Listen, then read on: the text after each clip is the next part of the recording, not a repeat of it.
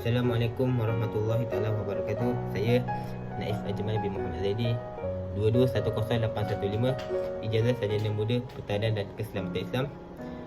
Saya akan menceritakan seorang tokoh Islam yang bernama Sultan Muhammad Al-Fatih.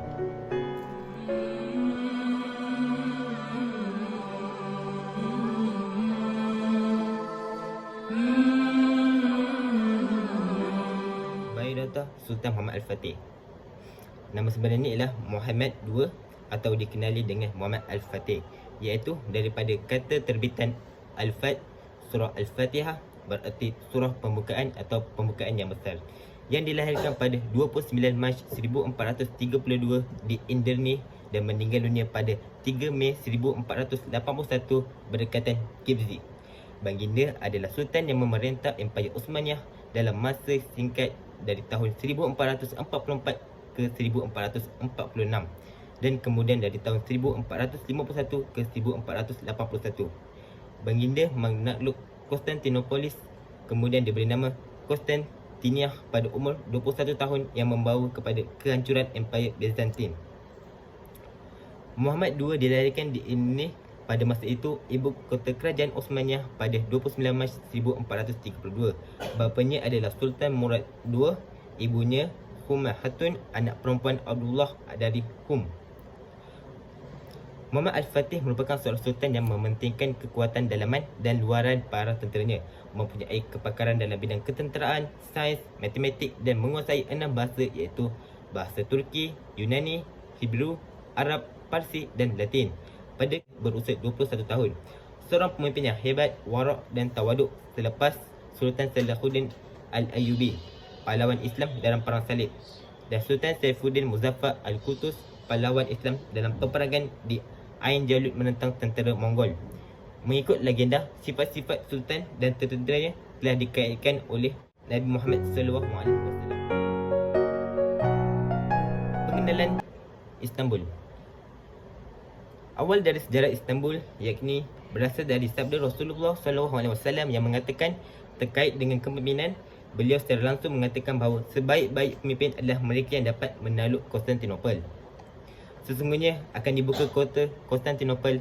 Sebaik-baik pemimpin adalah yang memimpin saat itu, dan sebaik-baik pasukan adalah pasukan perang saat itu. Hadis riwayat Imam Ahmad. Maka sejak saat itu pula sabda Rasulullah SAW menjadi sangat fenomena di kalangan umat Islam. Banyak yang kemudian menjadikan sabda Rasulullah sebagai salah satu impian terbesar mereka untuk mendapatkan kemuliaan di sisi Allah Subhanahu Wa Taala. Dia akan menjadi pemimpin. Dengan berbagai kecerdasan yang dimilikinya, Muhammad Al-Fatih pun dengan cepat diangkat menjadi pemimpin kerajaan Osmaniyah pada saat umurnya yang relatif masih muda, iaitu 19 tahun. Sabda Rasulullah yang merupakan impiannya sejak dahulu lantas menjadikannya sebagai salah satu program terbesarnya untuk memimpin sejak tanggal 5 Muharram 855 Hijrah atau 7 Februari 1451 Masih. Tidak secara langsung menyerang Konstantinopel, ia pun membuat beberapa kebijakan strategi terlebih dahulu seperti kebijakan peperangan, ketenteraan, politik luar negeri. Kebijakan tersebut membuat beberapa daerah yang memiliki kerjasama dengan kerajaan Osmaniyah harus menghilangkan pengaruh kerajaan Romawi Timur secara politik dan ketenteraan. Untuk dapat menakluk Konstantinopel, Sultan Muhammad II ini telah mempersiapkan prajurit sebanyak 4 juta orang dengan taktik perang yang akan dilancarkan dari darat. Penaklukan ini sejatinya tidaklah mudah sebab prajuritnya harus mengepung benteng Konstantinopel selama 50 hari.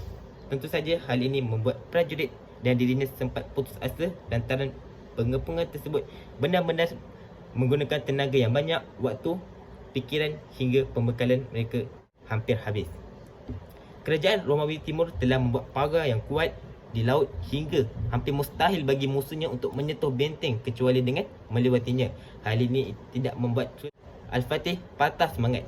Pertahanan dari Byzantine ini justru memunculkan strategi perang yang sangat cerdas dan luar biasa.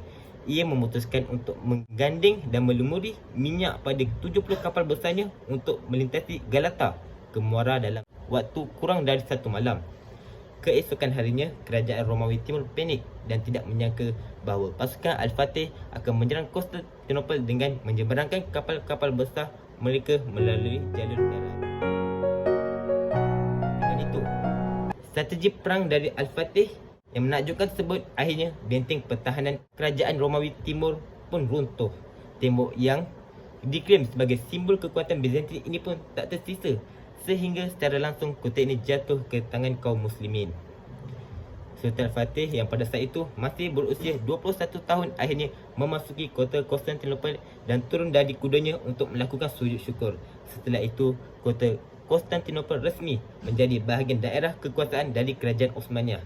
Pada masa kepimimpinannya, banyak perkara yang dilakukan untuk memakmurkan kerajaan dan masyarakatnya melalui kecerdasannya. Selain itu, Sultan Muhammad II ini juga mendirikan bangunan yang penting seperti masjid dengan jumlah lebih dari 300 bangunan, 57 sekolah hingga 59 tempat pemandian. Sejak dari itu, nama Istanbul pun ditukar. Ia kemudian memasuki gereja terbesar di kota yang indah tersebut. Gereja tersebut yang bernama Hagia Sophia yang merupakan tempat ibadah pada kerajaan Byzantine kemudian diperintahkan untuk dijadikan sebuah masjid. Tidak hanya itu, sebagai simbol kemenangan pasukan dan umat Islam, maka kota Konstantinopel tersebut kemudian diganti menjadi Istanbul yang memiliki erti negeri Islam. Seiring waktu berlalu, Istanbul akhirnya disebut dengan kota Istanbul. Sekian daripada saya.